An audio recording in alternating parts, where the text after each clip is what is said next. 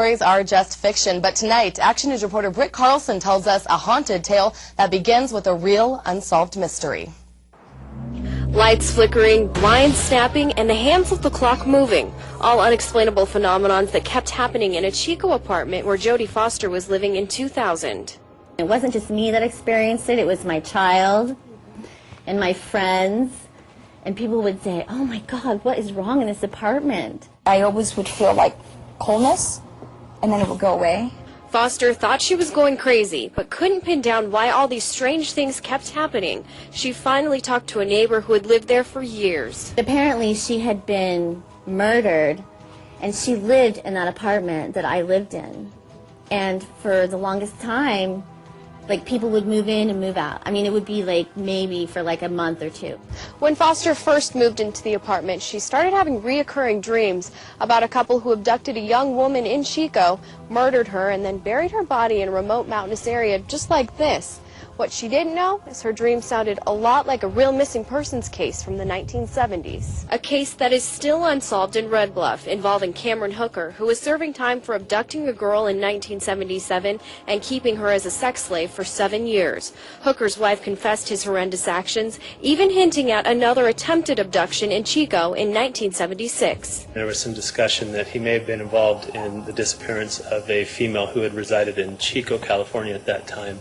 However, that has never been proven or made conclusive.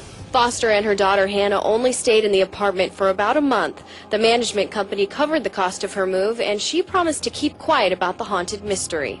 But the vivid dreams Foster had while living there never left her mind. I had specific detailed information from dreams about a location where this girl had been taken to and basically buried in a shallow grave. 7 years after moving out, Foster started researching the Hooker case and the missing girl, 18-year-old Elizabeth Spannhake, who went by the nickname Marliz. Hannah, while we were in the apartment, she actually would say, "Mommy, who's that girl following you around? Who's your friend?" "My Liz." And I say, "Who's my Liz, Hannah?" And she'd say, "My angel. She follows me around and she follows you around." And then there were the drawings. When he gave me a picture of the girl who was supposedly murdered, Hannah had drawn a picture for me of her angel, my Liz. And it was so similar. It really freaked me out. Foster believes Marliz was trying to contact her and took the information to police. It was kind of strange to hear from somebody out of the blue calling us, telling us that she had some information related to this case from 20-plus years ago. She thought she may have some information that may be relevant to our case. Some of the information that she said could have been accurate. However, a lot of the information is out there in the public. My dreams correlated with the information that they had in their case. Finally finding the courage to share the scary stories from the apartment, Jodi wrote a book documenting everything. I want justice to be served. I want this beautiful girl to have a voice.